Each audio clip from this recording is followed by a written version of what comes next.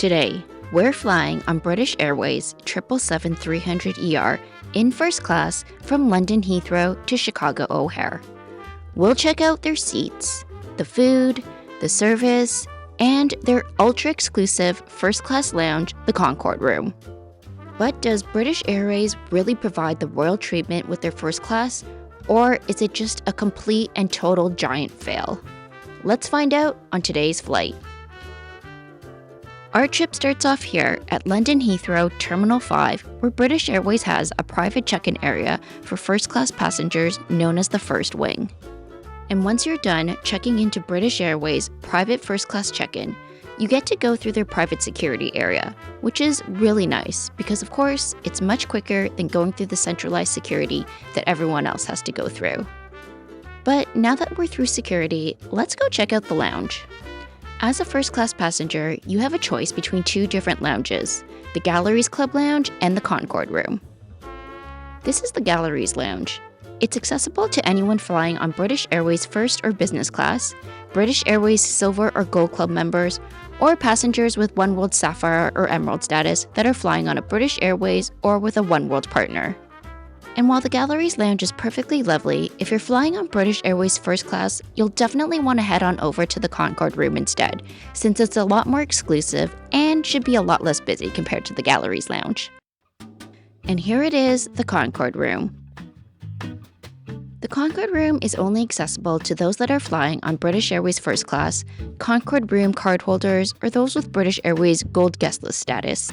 As you can see, it's a lot of sofas and coffee tables, so it kind of feels like you're in someone's living room instead of in an airport lounge. There is also a full-service bar, as well as a terrace area that has floor-to-ceiling windows and fabulous views of the apron. Now, in terms of food, they have an in-house full-service restaurant called the Concorde Dining Room. The Concorde Dining Room is made out of private booth seating that looks like it came straight out of Mad Men. I decided to grab a quick bite while I was here, and this is what the menu looked like. I started off with the market salad, mostly for health reasons. It was a good salad and it tasted fresh. Next, I got the Concorde burger. It was served on a brioche bun with red onion, gem lettuce, smoky cucumbers, and chutney chips.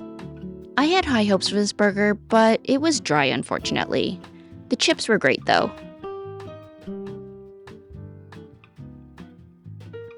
Now let's check out the washrooms. Unfortunately, this is really where things start to go downhill for me when it comes to the Concorde Room. The washrooms are pretty sterile looking. They remind me more of a washroom that you'd see in a hospital or at your local community center. And even though I'm a big fan of the LMS soaps and lotions, there wasn't anything else in terms of amenities. I also had the chance to check out their shower rooms, and truthfully, they weren't much better than the standard washrooms. It just screams basic and functional. There's nothing about it that makes you feel like you're in a first-class airport lounge. Like the washrooms, the shower rooms didn't have any additional amenities other than more LMS soap, towels, and a hairdryer.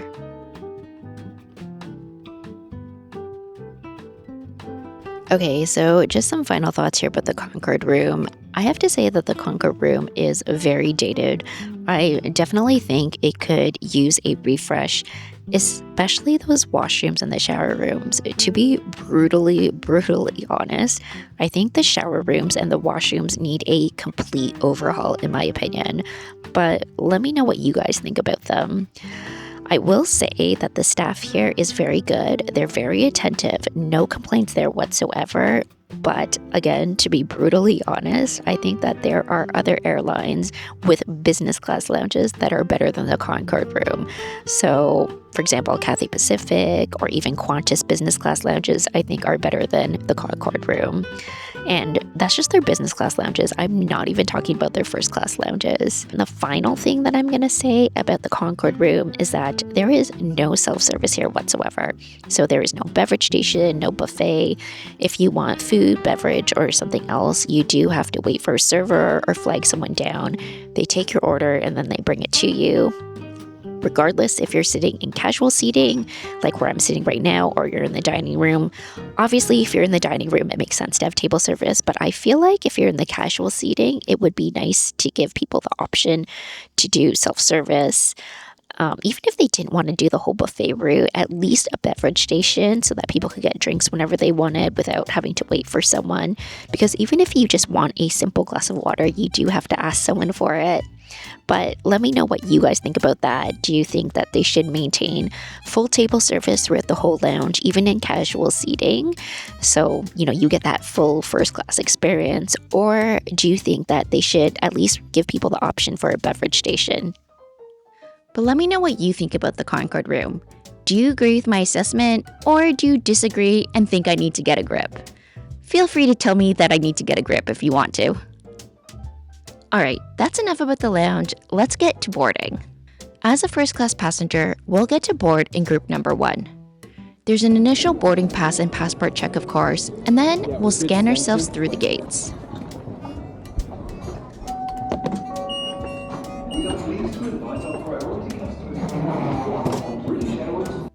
Our 777-300ER today has 8 seats in the first class cabin, arranged in a 1-2-1 configuration.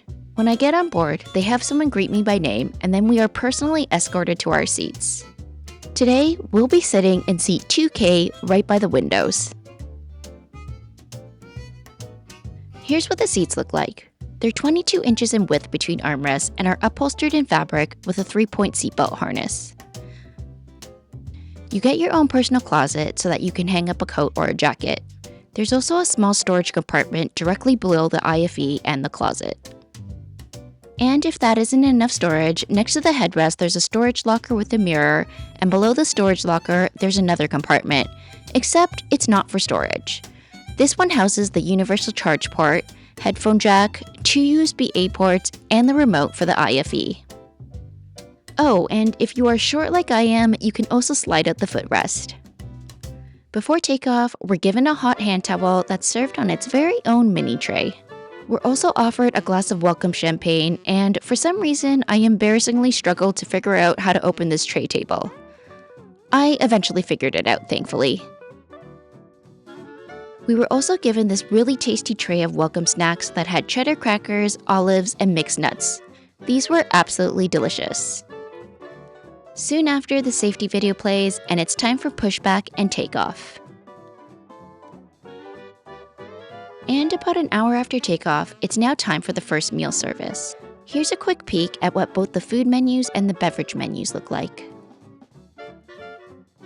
The amuse-bouche arrives first. It's a Minori cheese with pickled cucumbers and tomatoes, and is a delicious start to the meal. After the amuse-bouche, the tray table gets dressed with a white linen tablecloth. We're offered some bread, and I decide to go with the garlic herb roll. For the starter, I ordered the truffled Cornish chicken and leek terrine en croûte. I have to say, this looks really fancy, and it was really tasty too. Next came the main. I ordered the duo of Welsh spring lamb rack and slow braised lamb shoulder. It was served with Yorkshire pudding, mushy peas, rosemary jus, and a side of roasted vegetables. And I have to say that the lamb was tender, cooked well, and super juicy. And of course, we have to finish off with some dessert, which was a chocolate hazelnut raspberry cake served with a raspberry sorbet. This was so beautiful. It looked like a work of art. The sorbet was really refreshing, and the chocolate hazelnut raspberry cake had the perfect balance of chocolate with just a hint of raspberry. It was the perfect way to end a great meal. Now that dinner is done, let's take a look at the amenities. First, the amenity kit. Because I'm a woman, I got this floral print by Temperley London. If you're a man though, you'll get this solid color amenity kit, which is also by Temperley London. As for the contents of the amenity kit, I have to say I was really impressed with it. It was fully stacked with skincare products from Amenity, a pair of twine-wrapped socks, an eye mask, a first-class pen, a dental kit, and because I'm a woman, I got a pocket mirror, but in the men's kit, there would be a shaving kit instead of the mirror.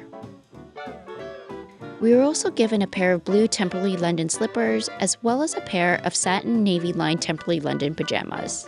We'll take a closer look at these a little bit later.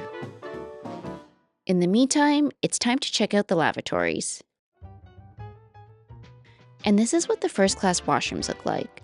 There's one dedicated lav for 8 first class passengers located in front of seat 1A. The washroom was kept really clean throughout the flight. And in terms of amenities, there were LMS soaps and lotions. There was also a choice of hand towels as well as paper towels. Other than that though, there wasn't any other amenities. I did like the backsplash that they had behind the sink though. There was also a full-length mirror, and I did try on the pajamas. This is what they look like on. They were really comfortable. Okay, let's head on back to our seats now. Back at our seat, the FA had already got started making up the seat into a bed. And this is what it looks like in lie flat mode. In lie flat mode, the seat is 79 inches.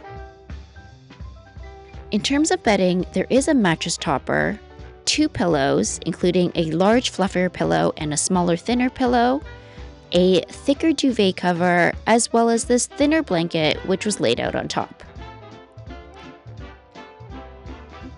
And even though this is a daytime flight, let's shut the doors and demonstrate how things look when you're lying down to have a snooze. It's actually quite comfortable, especially with all the bedding, and it definitely felt a lot more spacious than their Club World business class seats.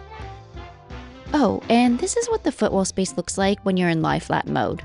It does narrow slightly at the end, but it was still very spacious, especially since there's nothing covering it from above.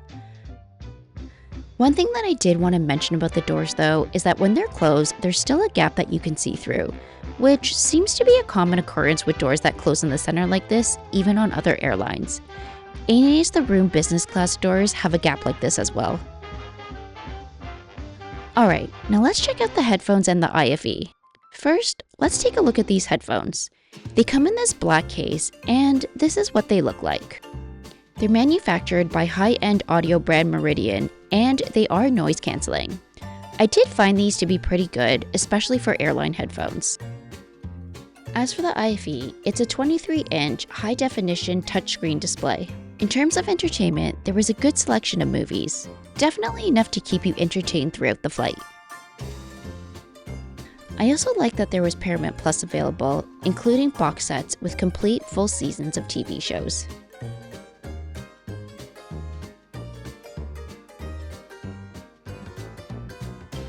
Also, should you get hungry throughout the flight, or just want some snacks to munch on while watching movies, there is a basket of snacks available in the galley as well.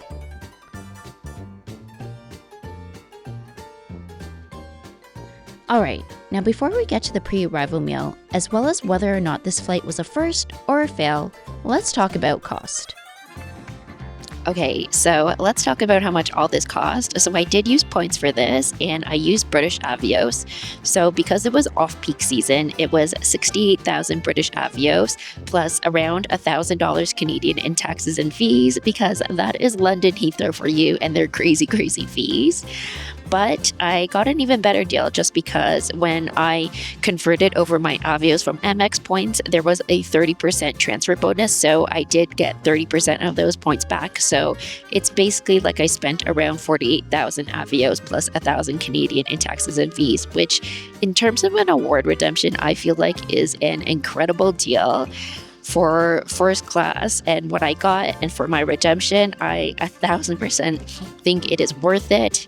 However, that being said, do I think it is worth the cash cost? So if I had paid full price in cash, would I think that this was worth it? Honestly, I'm going to have to say no on this one. As for the pre-arrival meal, this is what the menu looks like. I was still a little bit full though, so I decided to skip the appetizer and the dessert and just get a main. I ordered the fish finger buddy, which had Atlantic cod with tartar sauce. It was served on a potato bun with salt and vinegar crisps. Overall, the fish buddy was really good. The fish was crispy on the outside and tender on the inside. Plus, who doesn't love a side of potato chips? And as we start to make our descent into Chicago O'Hare, let's talk about whether or not this flight was truly first class or if it was a complete fail. Alright, so I have decided to introduce a new ranking system just for this video. It is called the First or Fail ranking system. So if I felt that something lived up to first class, it is getting a ranking of first, and if it didn't, it's gonna get a ranking of fail. So first up, the Concorde Room. This should come as no surprise to anyone. I thought the Concorde Room was dated. I thought the food was just mediocre, and the worst part was those washrooms. Those washrooms were awful. Concorde Room, you are getting a fail from me for those washrooms alone. Next up is the crew and the staff. So staff in the Concorde Lounge as well as crew on the flight, both were very attentive, very kind, very sweet. No complaints about the crew and the staff. You are getting a first from me. And then there is the food on the flight. Unlike the food in the Concorde Room, the food on the flight was presented beautifully, it tasted good. It's gonna get a first from me. And for the final category, we have the seats. Now, for the longest time, there's been a running joke that British Airways First Class is the best business class in the world. And while these seats are certainly not cutting edge and definitely don't quite stack up to the likes of Emirates Game Changer, Singapore Airlines Double Suite, or Etihad's The Apartment, if I'm comparing them to British Airways Business Class, they do offer more space and are still very comfortable. There is no denying that they could use some upgrades though, and British Airways did announce that they will be releasing new first class cabins in the coming year.